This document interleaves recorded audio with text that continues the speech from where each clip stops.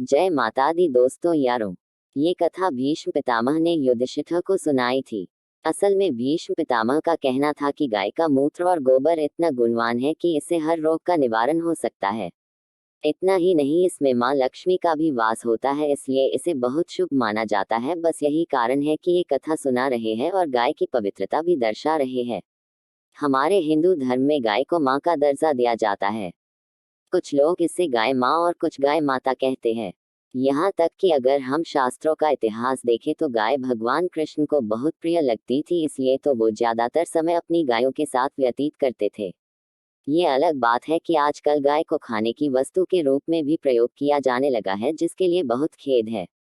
हम जानते हैं कि केवल हमारे खेद करने से ये पाप रुकने नहीं वाला, इसलिए समझाने से कोई फायदा नहीं। बस उम्मीद कर सकते हैं जो लोग गाय को एक वस्तु समझकर उसका सेवन करते हैं वो भी जल्द ही ये सब बंद कर दे। भीष्म पितामह ने सुनाए युधिष्ठिर को ये कथा।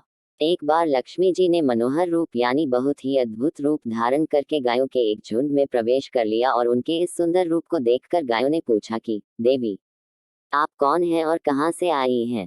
गायों ने ये भी कहा कि आप पृथ्वी की अनुपम सुंदरी लग रही हो। तब गायों ने एकदम से कहा कि सच सच बताओ, आखिर तुम कौन हो और तुम्हें कहाँ जाना है। तब लक्ष्मी जी ने विनम्रता से गायों से कहा कि तुम्हारा कल्याण हो। असल में मैं इस जगत में अर्थात संसार में लक्ष्मी के नाम से प्रसिद्ध हूँ और सारा जगत मेरी कामना करता है, मुझे ही पाना चाहता है।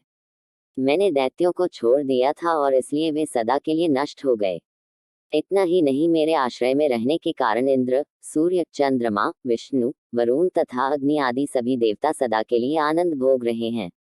इसके बाद माँ लक्ष्मी ने कहा कि जिनके शरीर में मैं प्रवेश नहीं करती वे सदैव नष्ट हो जाते हैं और अब मैं तुम्हारे शरीर में ही निवास करना चाहती हूँ। लेकिन इसके बाद भी कथा अभी खत्म नहीं हुई, क्योंकि गायों ने अब तक माँ लक्ष्मी को अपनाया नहीं था। गायों ने क्यों किया माँ लक्ष्मी जी का त्याग। देवी लक्ष्मी की इन बातों को सुनने के बाद गायों ने कहा कि तुम बड़ी चंचल हो, इसलिए कभी कहीं भी नहीं ठहरती। इसके अलावा तुम्हारा बहुतों के साथ भी एक सा ही संबंध है, इसलिए हमें तुम्हारी इच्छा नहीं है। तुम्हारी जहाँ भी इच्छा हो तुम चली जाओ। तुमने हमसे बात की, इतने में ही हम अपने आप को तुम्हारी कृतार्थ यानी तुम्हारी आभारी मानती हैं। गायों के ऐसा कहने पर लक्ष्मी ने कहा कि ये तुम क्या कह रही हो। मैं दुर्लभ और सती हूँ, अर्थात मुझे पाना आसान नहीं, पर फिर भी तुम मुझे स्वीकार नहीं कर रही। आखिर इसका क्या कारण है। यहाँ तक कि देवता, दानव, मनुष्य आदि सब कठोर तपस्या करके मेरी सेवा का सौभाग्य प्राप्त करते हैं, अतः तुम भी मुझे स्वीकार करो। वैसे भी इस संसार में ऐसा कोई नहीं जो मेरा अपमान करता हो। ये सब सुनकर गायों ने कहा कि हम तुम्हारा अपमान या अनादर नहीं कर रही, केवल तुम्हारा त्याग कर रही हैं, और वह भी सिर्फ इसलिए क्योंकि तुम्हारा मन बहुत चंचल है। तुम कहीं भी जमकर नहीं रहती, अर्थात एक स्थान पर नहीं रुक सकती। इसलिए अब बातचीत करने से कोई लाभ नहीं, तो तुम जहाँ जाना चाहती हो जा सकती हो। इस तरह से गायों ने माँ लक्ष्मी का त्याग कर दिया, क्योंकि गायों को मालूम था कि लक्ष्मी कभी किसी एक के पास नहीं रहती बल्कि पूरे संसार में घूमती है। पर फिर भी माँ लक्ष्मी ने हार नहीं मानी और इतना सब होने के बाद भी वार्तालाप जारी रखी। अब आखिर में माँ लक्ष्मी ने कहा, गायों, तुम दूसरों को आदर देने वाली हो और यदि तुमने ही मुझे त्याग दिया तो सारे जगत में मेरा अनादर होने लगेगा। इसलिए तुम मुझ भी पर अपनी कृपा करो, मैं तुमसे केवल सम्मान चाहती हूँ। तुम लोग सदा सबका कल्याण करने वाली, पवित्र और सौभाग्यवती हो, तो मुझे भी बस आज्ञा दो कि मैं तुम्हारे के किस भाग में निवास करूं।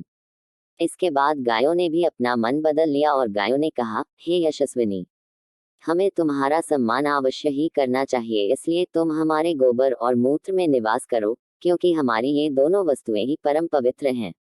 तब माँ लक्ष्मी ने कहा, धन्यवाद और धन्य भाग मेरे, जो तुम लोगों ने मुझ पर अनुग्रह किया यानी मेरे प्रति इतनी कृपा दिखाई।